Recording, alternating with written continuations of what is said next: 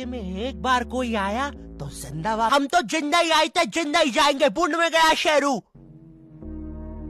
आज तक शेरू के सामने किसी ने मुंह नहीं खोला, तो सरदार तू कौन थी?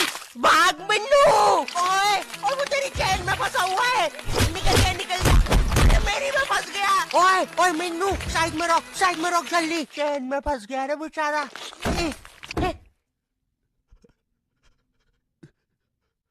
पकड़ो ना उन्हें। मिन्नू तेज चला भाई, पापा मैं थक गया हूँ, वो हमें पकड़ लेंगे। ओए मेरी मम्मी ने बोला है अगर कुत्तों के सामने सीधे खड़ जाओ तो वो भी सीधे खड़ जाते हैं, तो क्या करें? सीधे खड़ जाते हैं।